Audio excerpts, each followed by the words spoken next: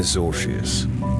Once a novelist, but after losing my memory, I couldn't complete any valuable writing. Now I'm just a private detective with no clients. Until I received a strange request. Investigate an infamous estate and find a man's lost daughter.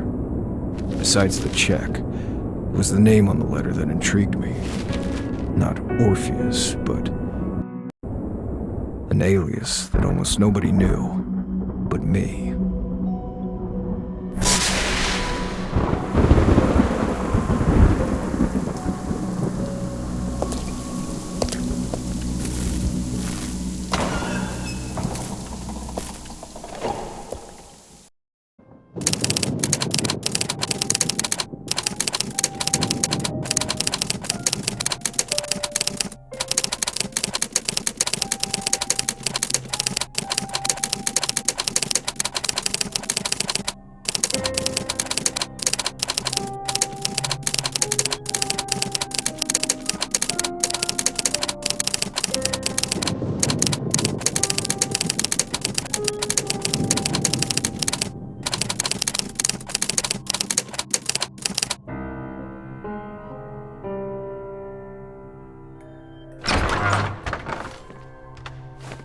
For somewhere that's been deserted for 10 years, this room's in remarkable condition. I think I'll stay here for the night. But it's too dark in here. I need to find an alternative light source before the fuel in this lantern runs out.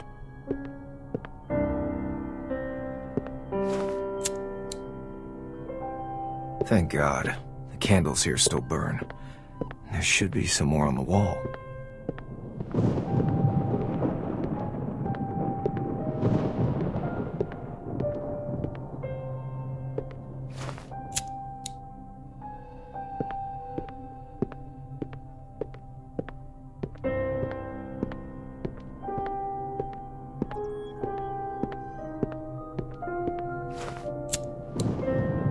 I know it's all psychological. These candles really calm the nerves.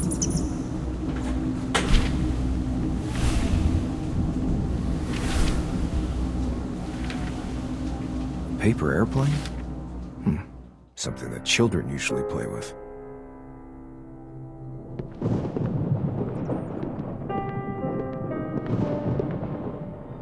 This looks like a page from a diary.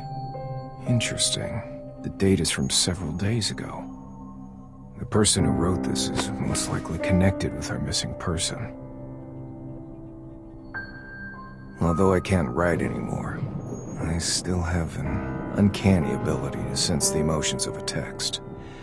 This is an ability most people do not possess. By reading the text, I can attempt to reconstruct the scene and even find out information about the author.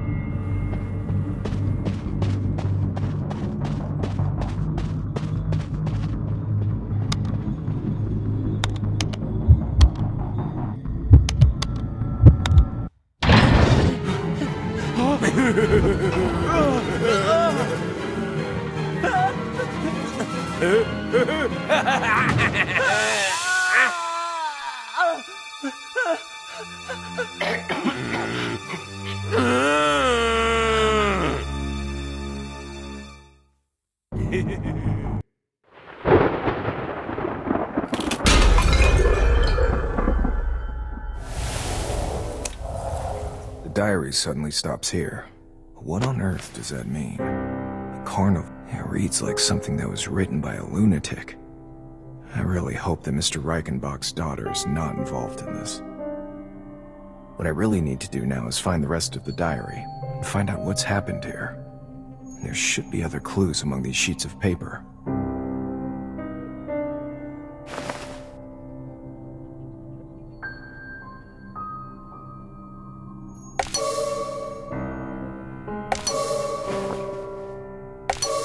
The black powder seems to be charcoal. The answer is probably close by. There happens to be a fireplace here.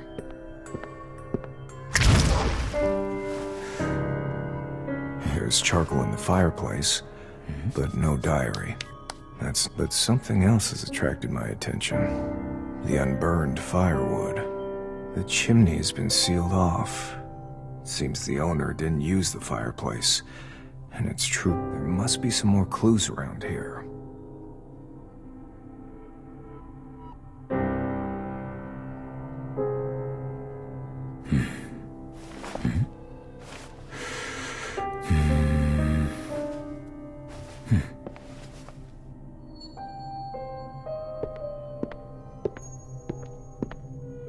This candlestick is... I think I know why there's an extra candle here.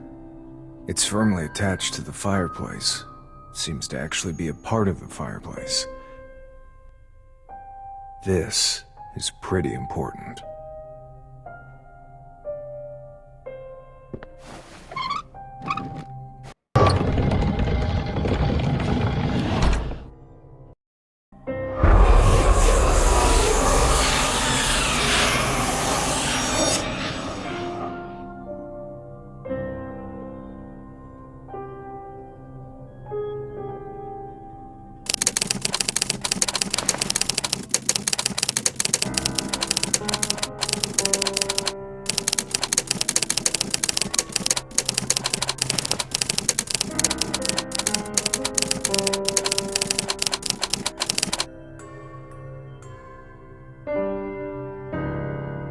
I used to detest bedtime reading when I was a child.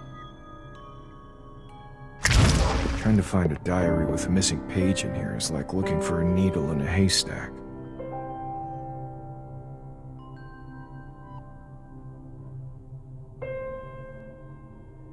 The search for one specific diary is no longer important. All of these diaries are significant.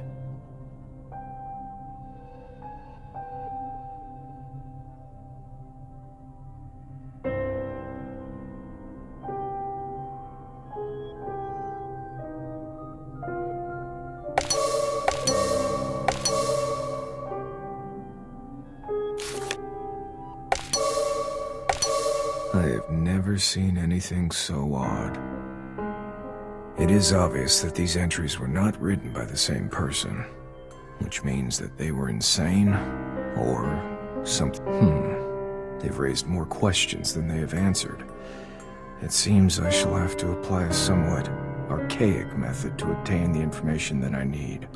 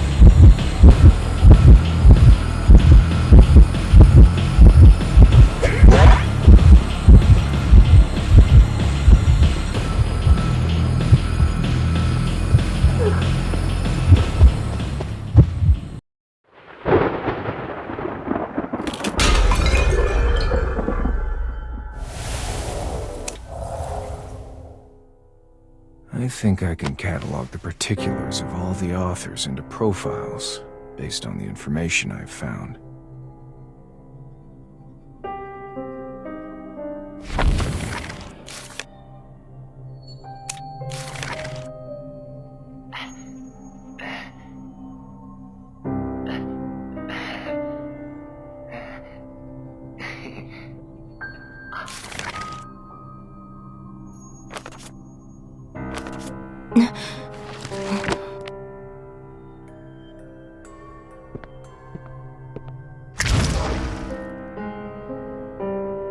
Content of a few scattered diaries is connected. I think they're describing the same game. According to this entry, the author describing this game is a doctor. The entry from this doctor is more detailed and complete. I think this would be a good place to begin.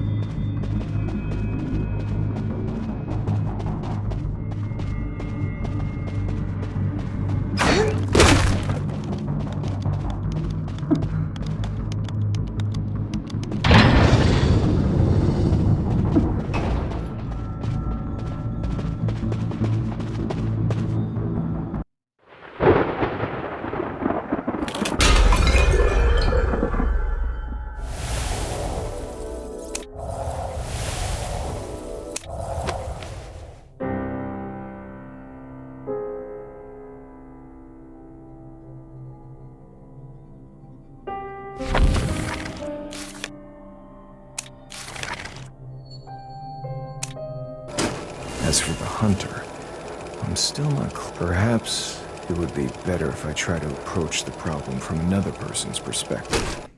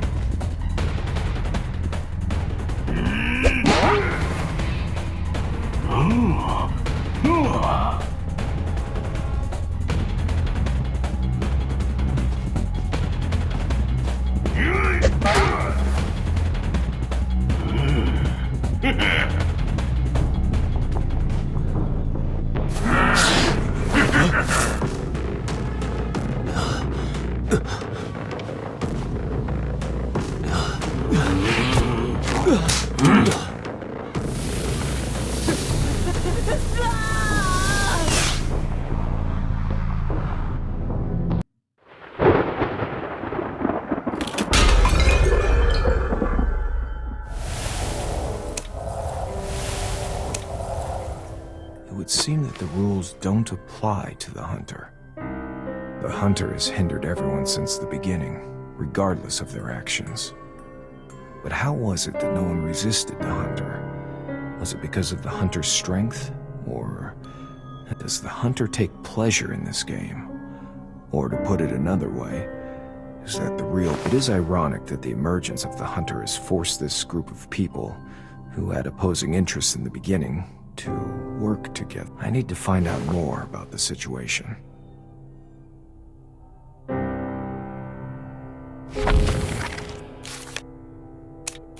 The information on the hunter is key. I need to know what he wanted to do next.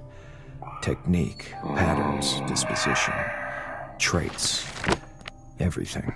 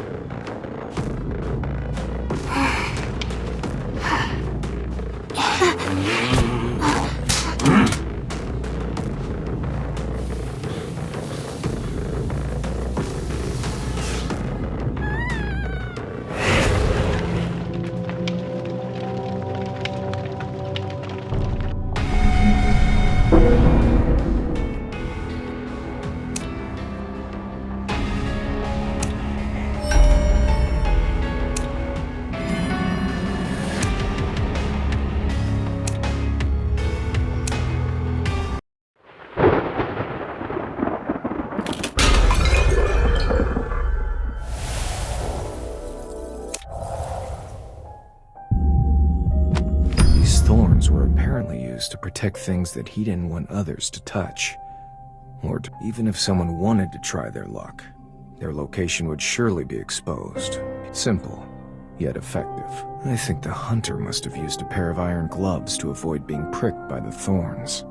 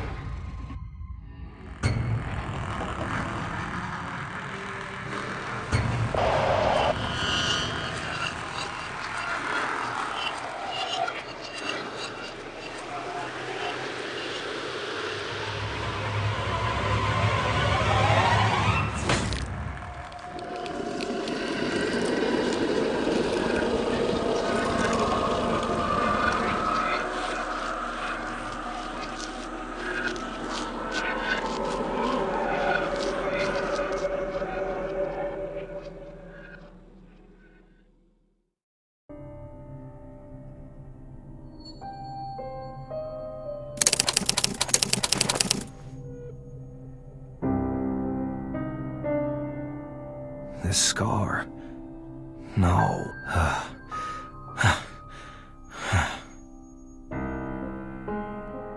I need to rest a while. I'm exhausted.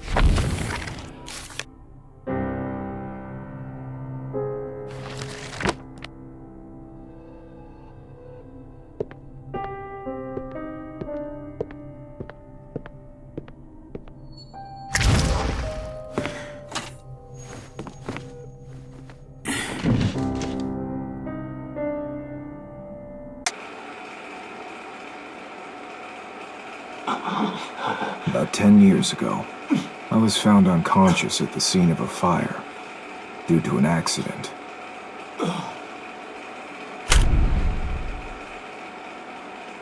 I wasn't injured, but when I woke up, I realized I had lost my memory. It was with the help of others that I learned I was a fairly well-known writer of detective stories, but I could not recall a single memory, even when reading the words that were written by my own hand. Slowly, my body recovered, but my memory showed no sign of returning. Fortunately, memory loss didn't occur again after that incident, and I was simply content to live with this new identity. Things rarely turn out as one hopes. I was quickly discarded by the public since I could no longer write anything of significance, and the detective firm that I started wasn't getting any worthwhile cases.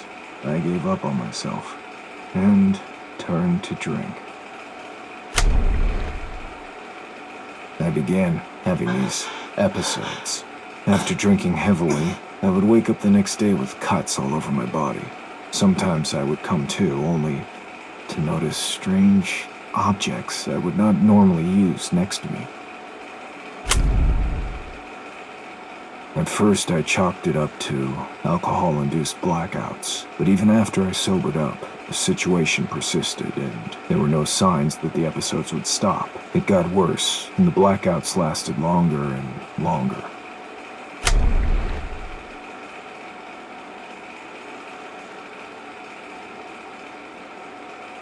In the end, I realized the root of the problem, at least according to my neighbors. It wasn't memory loss, but another soul in my body that had awakened.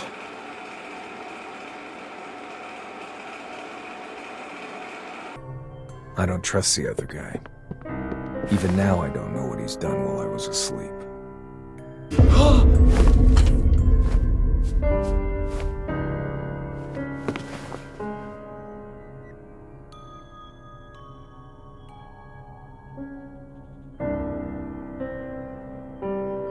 But now, he suddenly appeared and said to me, "Trust yourself." Of course I trust myself, but not him. I need to prepare for the worst. If he really had something to do with this, I need to be able to prove my innocence. Who's gonna believe me when I say that two souls can exist in one body? This is not a time in history when people believe in things like witchcraft.